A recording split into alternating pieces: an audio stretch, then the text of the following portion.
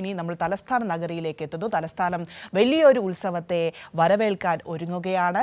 കൗമാരകലയ്ക്ക് തുടക്കമാകാൻ പോകുന്നു. ദിവസങ്ങൾക്കകം തന്നെ സംസ്ഥാന സ്കൂൾ കലോത്സവം തിരുവനന്തപുരത്തേക്ക് എത്തുകയാണ്, ആരംഭിക്കാൻ പോവുകയാണ്. ഇതിന്റെ വിവരങ്ങളുമായി മാനസ തയ്യാറായിട്ട് നിൽക്കുന്നു. അതിലേക്ക് നമുക്ക് കടക്കാം. കൗമാരകലയ്ക്ക് അരങ്ങുണരാൻ ഒരാഴ്ചക്കാലം മാത്രം ബാക്കി നിൽക്കെ ഒരുക്കങ്ങളുടെ അവസാന ഘട്ടത്തിലാണ് തലസ്ഥാന നഗരി. ജനുവരി 4 മുതൽ 8 വരെയാണ് 63ാമത് സംസ്ഥാന സ്കൂൾ കലോത്സവം തിരുവനന്തപുരത്ത് നടക്കുന്നത്. കലാപ്രതിഭകളെ വരവേൽക്കാനുള്ള ആവേശത്തിലാണ് നാടും നഗരവും. മനസ, ഗുഡ് മോർണിംഗ്.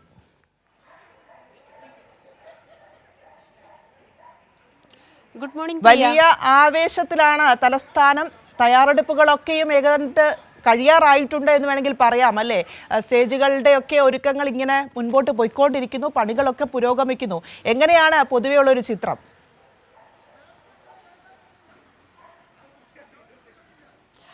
തീർച്ചയായും പ്രിയ സൂചിപ്പിച്ചതുപോലെ തന്നെ ആദ്യം എടുത്തു പറയേണ്ടത് കൗമാര കലയുടെ ഒരു പൂരം തന്നെ ആസ്വദിക്കാനുള്ള ഒരു തയ്യാറെടുപ്പിൽ തന്നെയാണ് തലസ്ഥാനമുള്ളത്.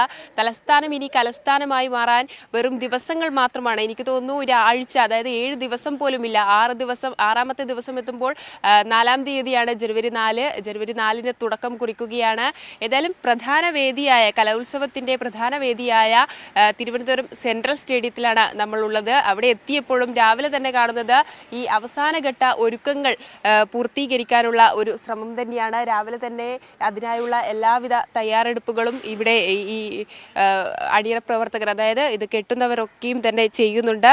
ഈ തലസ്ഥാനത്ത് നിരവധി, അതായത് 25 വേദികളാണ് മത്സരത്തിനായി തയ്യാറാക്കുന്നത്. പ്രധാന വേദിയാണ് സെൻട്രൽ സ്റ്റേഡിയം. ഒപ്പം തന്നെ എടുത്തു പറയേണ്ടത് എല്ലാ വർഷവും നമുക്ക് ഈ കലോത്സവ വേദികളുടെ പേരുകളാണ് അത്രമേൽ ആകർഷിക്കുന്ന മറ്റൊരു കാര്യം എന്ന് പറയുന്നത്. ഇത്തവണ കലോത്സവ വേദികൾക്കൊക്കെയും നദികളുടെ പേരാണ് ഇടാൻ നോക്കുന്നത്. ക്രിക്കറ്റ് കളിക്കുന്നത് കൊണ്ട് തന്നെ നമുക്ക് ഇടയിൽ എപ്പോഴാണ് ബോളിന്റെ എയർ വരുന്നത് എന്ന് പറയാൻ പറ്റില്ല. അതിന്റെ ഒരു ജസ്റ്റ് മിസ് എന്ന് വേണം പറയാൻ. ഏതായാലും നമുക്ക്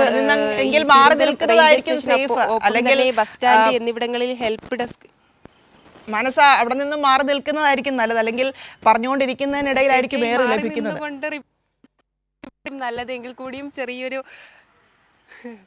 തീർച്ചയായും ജസ്റ്റ് മിസ് ഒരു ബോൾ ഇപ്പോൾ പോയതേ ഉള്ളൂ. എങ്കിൽ കൂടിയും സുരക്ഷയിൽ തന്നെയാണ് ഇപ്പോൾ ഉള്ളത് എന്ന് തന്നെയാണ് പ്രതീക്ഷിക്കുന്നത്. ഏതായാലും നമുക്ക് ഈ കലോത്സവത്തിന്റെ മറ്റ് കാര്യങ്ങൾ നോക്കുകയാണെങ്കിൽ, അതായത് മറ്റ് ജില്ലകളിൽ നിന്നും വരുന്ന കുട്ടികളാണ്. അതുകൊണ്ട് Thiruvananthapuram railway station, bus stand എന്നിവിടങ്ങളിൽ ഹെൽപ്പ് ഡെസ്കുകൾ ഉണ്ടാക്കും. അത് നോക്കി വിദ്യാർത്ഥികൾക്ക് എവിടെയാണോ, ഏത് വേദിയിലാണോ പോകേണ്ടത് എന്നതടക്കമുള്ള കാര്യങ്ങൾ മനസ്സിലാക്കാൻ സാധിക്കും. ഒപ്പം വിദ്യാർത്ഥികൾക്കുൾപ്പെടെ താമസമൊരുക്കിയ ഇടങ്ങളിൽ വേദികൾ സംബന്ധിച്ച ബോർഡുകൾ സ്ഥാപിക്കുന്നുണ്ട്. ഏതായാലും മറ്റൊരു ശ്രദ്ധേയമായ കാര്യം എന്ന് പറയുന്നത് കലോത്സവത്തിന് മുന്നോടിയായി പുറത്തിറക്കിയ പ്രൊമോ വീഡിയോകളാണ്. പ്രിയ, നമ്മളടക്കമുള്ളവർ ശ്രദ്ധിച്ച ഒരു കാര്യം തന്നെയാണ്. അതായത് സ്കൂളുകൾ തന്നെ തയ്യാറാക്കിയ പ്രൊമോ വീഡിയോകളാണ്. 1000 റീലുകൾ അടങ്ങിയ വീഡിയോകളാണ്. അത് സ്കൂളുകളുടെ ഒരു പ്രധാന പങ്ക് തന്നെയുണ്ട് എന്ന് വേണം പറയാൻ. അത് ഇപ്പോൾ കലോത്സവം തുടങ്ങുന്നതിന് മുന്നോടിയായി ചിത്രീകരിച്ചതാണ്. അത് ഇതിനോടകം തന്നെ ശ്രദ്ധയാകർഷിച്ചു എന്ന് തന്നെയാണ് പുറത്തു വരുന്ന വിവരം. ഒപ്പം തിരുവനന്തപുരത്തെ പ്രധാന ഇടങ്ങൾ കൂടി ഉൾപ്പെടുത്തിയാണ് ഓരോ സ്കൂളും പ്രൊമോ വീഡിയോകൾ തയ്യാറാക്കിയിരിക്കുന്നത്. മറ്റൊരു കാര്യം എടുത്തു പറയേണ്ടത് ഇത്തവണത്തെ മത്സര ഇനങ്ങൾ തന്നെയാണ്. ഗോത്രകലകൾ കൂടി ഉൾപ്പെടുത്തിയ കലോത്സവമാണ് ഇത്തവണത്തേത്. ഒപ്പം അതായത് മംഗലം കളി, പളിയ നൃത്തം, മലപ്പുലയാട്ടം, ഇരുള നൃത്തം എന്നീ 5 ഗോത്ര രൂപങ്ങൾ, അതായത് ഗോത്ര നൃത്ത രൂപങ്ങളാണ് വേദിയിൽ എത്തുക എന്നതാണ് വിദ്യാഭ്യാസ മന്ത്രി വി ശിവൻകുട്ടി ഉൾപ്പെടെയുള്ളവർ വാർത്താ സമ്മേളനത്തിൽ അടക്കം എടുത്തു പറഞ്ഞത്. ഒപ്പം 249 ഇനങ്ങളിലായി 15,000-ൽ പരം പ്രതിഭകളാണ് കലോത്സവത്തിൽ മാറ്റുരയ്ക്കാനായി എത്തുന്നത്. ഒപ്പം സംസ്കൃതോത്സവവും അറബിക് കലോത്സവവും ഇതോടൊപ്പം നടക്കുന്നുണ്ട്. ഏതായാലും തലസ്ഥാനത്തെ, അതായത് ചലച്ചിത്രമേളയ്ക്കൊപ്പം ചലച്ചിത്ര പൂരത്തിന് ശേഷം വീണ്ടും ഒരു കൗമാര കല ആസ്വദിക്കാൻ, കൗമാര കലയുടെ പൂരമാകാൻ, കലസ്ഥാനമാകാൻ ഇനി ദിവസങ്ങൾ മാത്രമാണ് ഉള്ളത്. അവസാനഘട്ട തയ്യാറെടുപ്പുകളാണ് കാണുന്നത്. തലസ്ഥാനവും അതോടൊപ്പം തന്നെ കേരളം തന്നെ ആവേശത്തിലാണ് എന്ന് തന്നെയാണ് മനസ്സിലാക്കുന്നത്. പ്രിയ. ശരി, എന്തായാലും ഏറെ കിട്ടാതെ വിജയകരമായി മാനസ പറഞ്ഞു തീർത്തിട്ടുണ്ട്. അവിടെ നിന്നും ഉടൻ തന്നെ മാറുക. സംസ്ഥാന സ്കൂൾ കലോത്സവത്തിന് തിരുവനന്തപുരം തയ്യാറായിക്കൊണ്ടിരിക്കുന്നു.